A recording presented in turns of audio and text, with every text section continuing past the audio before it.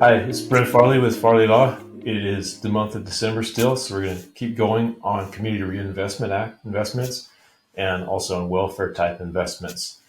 So you may not know, but state and national banks have a welfare investment power, usually buried at the end of the list of bank powers that are available to banks. So if you remember, we talked about, for the most part, banks are limited to making loans and taking deposits and running related activities that are incidental. We've talked about some of the exceptions and some of the add-ons that you can do earlier. But when you get into welfare investments, the lines really blur just a little bit more. So banks can participate a little more directly in investments that are designed to promote the public welfare. Most of the time, this translates into investments into affordable housing and affordable housing credits. It's a way for a bank to make an investment, produce some affordable housing, and also get some large tax write-offs on federal income taxes. There's some other programs like that where a bank can write off taxes and make investments. But I wanted to just talk for a few minutes about some of the other possibilities, just to get your thoughts going and kind of maybe throw around some ideas as to what the bank, what possibilities might be there for the bank in meeting its CRA obligations in maybe a more flexible and creative way. So the OCC does keep a running list of Community Reinvestment Act investments that have occurred over the past few years. You can find that on the website. If you want help finding that, go ahead and let me know. They also keep a running list of precedent letters where banks have written and said, we would like to make this particular type of investment. Is that appropriate under the National Bank Act? The OCC will say yes or no. Often you'll see the OCC say yes to some flexible interests where the public welfare is promoted. So I want to take one example that I think is really neat. That'd be a good possibility for a public welfare type investment. So a while back, we worked with an electricity co-op, and they were selling solar panel installations to their customers on credit with financing. And so the deal was, when we take a look at your monthly payment for electricity, we would finance the purchase of some solar panels, and the net benefit would be positive for the co-op member. And as they were coming to the close of this program, they had a tranche of investments they wanted to make. They wanted to run a lot of these possibilities to lower income households.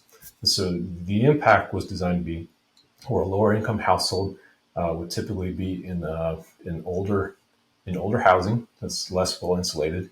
And so they usually have higher electricity costs related to heating and cooling the unit. And so lowering the cost would have the effect of allowing the person to actually heat the unit in the winter and actually cool the unit in the summer, which makes a really big difference for somebody who doesn't have to come home to a freezing cold house, or somebody who doesn't have to come home and sweat out the evening. So what the co-op was doing is they'd take solar panels and they'd either go build or they'd go find parking stalls or other low structures, either in residential or in commercial developments. They'd locate the solar panels there. Didn't necessarily have to be on the house or the apartment building, but the owner or the co-op member could purchase an interest in the solar panels and could get the benefit of the solar panels.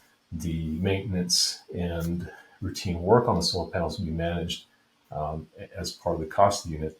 And the net benefit would be to lower the electrical usage from some hundreds of dollars a month down to 90 or less, something that's much more easy to swallow for people with their electricity bills. So a bank could certainly jump in on several fronts there with the financing, and probably also with making a direct investment into the company or into an installation vehicle to help finance and drive volume in this sort of installation. So if you take a minute and think about that sort of arrangement and the different ways it can be applied in other types of investments where you're creating infrastructure, you're reducing cost of infrastructure, I think you'll see that there are some opportunities in your community to make that sort of investment or to create that sort of financing program. It doesn't have to be directly through the bank. In fact, a lot of these types of investments are not made directly by a bank. They're made through a CDC, just a subsidiary of the bank that's designed to make welfare purposed investments. To close this out, I just want to mention a few tools that you may not be aware of.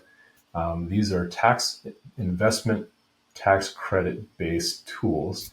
They require a bit of a heavy lift in most circumstances, but there are certain facets of the program where you can get involved where it doesn't require so much of a heavy lift. And these are the affordable housing tax credits, new markets tax credits programs, brownfields, and historic tax credits. So what these credits do is they take a portion of the project costs and they allow a developer to get the project costs back in the form of a tax credit. Well, the beauty of the program is that the tax credit can be assigned through a partnership allocation to another entity, like a bank or an insurance company.